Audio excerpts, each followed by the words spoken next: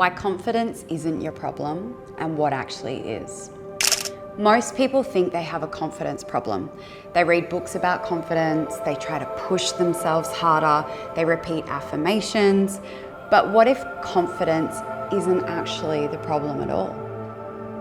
Recently, I worked with a client who came to me saying that she wanted more confidence.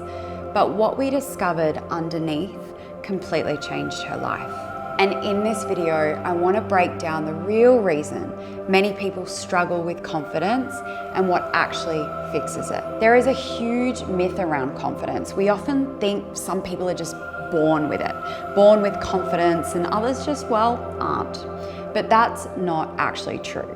Every human being struggles with confidence in some area of their life. The problem is we tend to look at confidence as an external performance issue.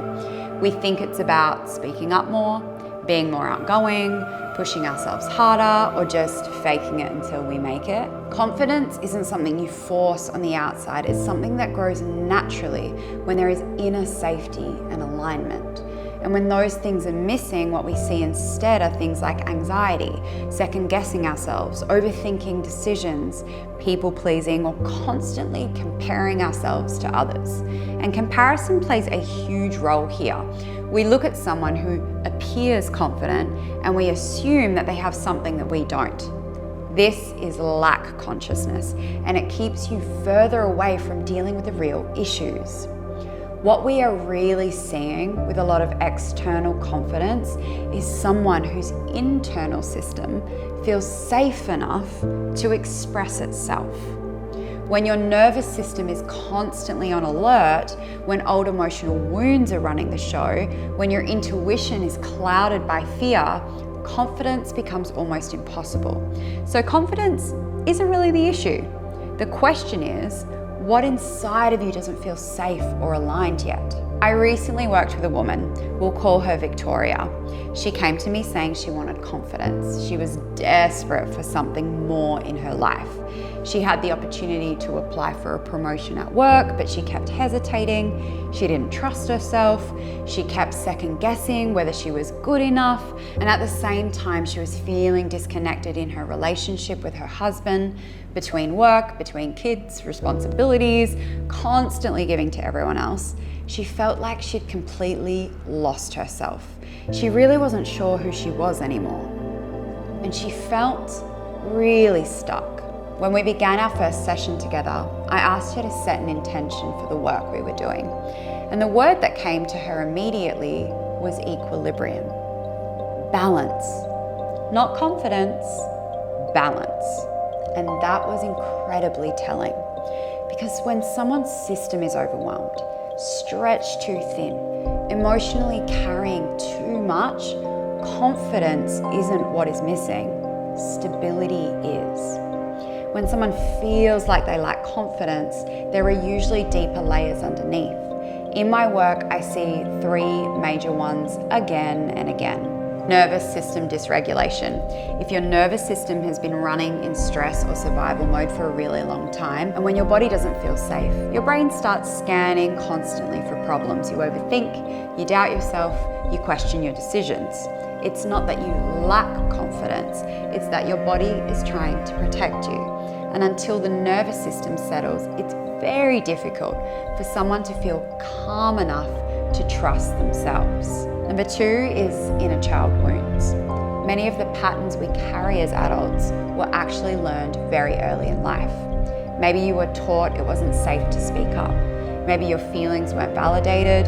Maybe you learned that love was conditional, or that you had to perform to be accepted. Those experiences create emotional imprints. So later in life, when opportunities come along or important decisions arise, those old patterns activate.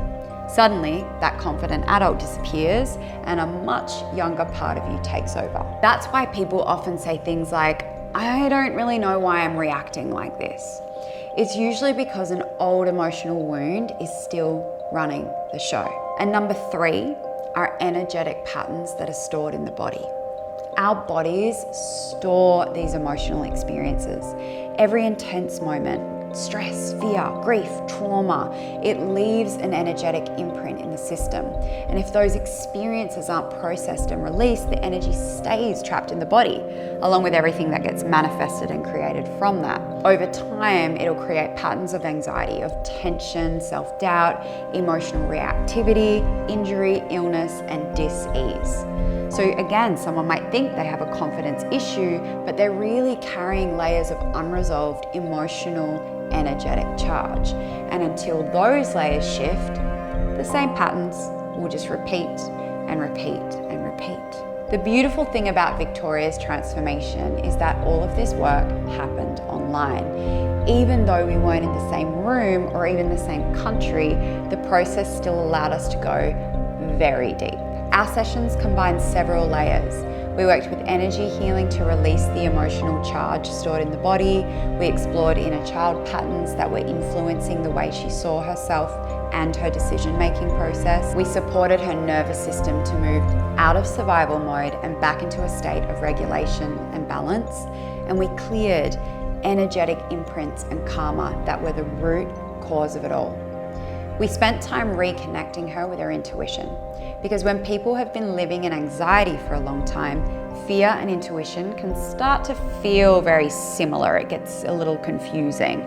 So part of the work was helping her feel the difference between the two. And when the nervous system settles and the emotional layers clear, intuition becomes much easier to hear and act on. The shifts that followed were powerful. But interestingly, they didn't show up as some big dramatic moment of confidence. They showed up as something so much deeper and more precious. Peace.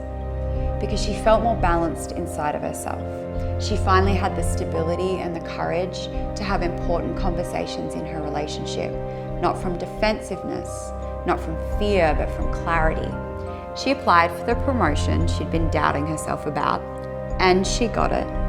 She started doing things she used to avoid. She began going out more. She even started taking walks alone at night, something that she used to feel way too anxious and scared to do.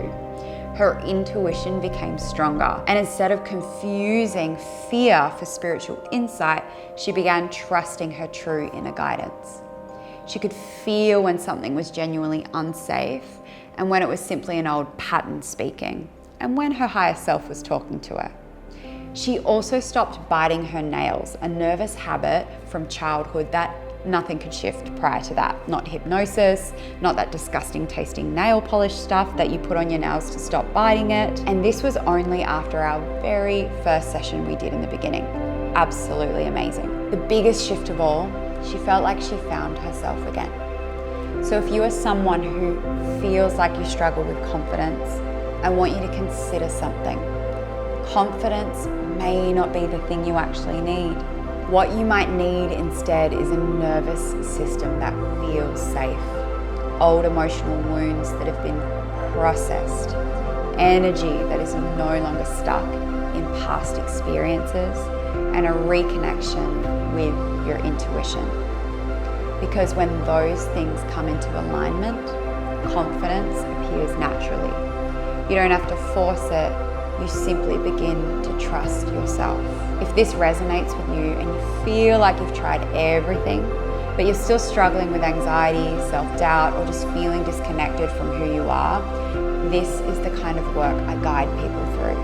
And on this channel, I share a lot about nervous system healing, inner child work, energy alignment, and reconnection with your intuition. So if you're interested in that kind of deep transformation, make sure you subscribe. Drop a comment below. Let me know what landed with you. And if you feel called to go deeper, you can find more information in the description below about working with me. Until next time.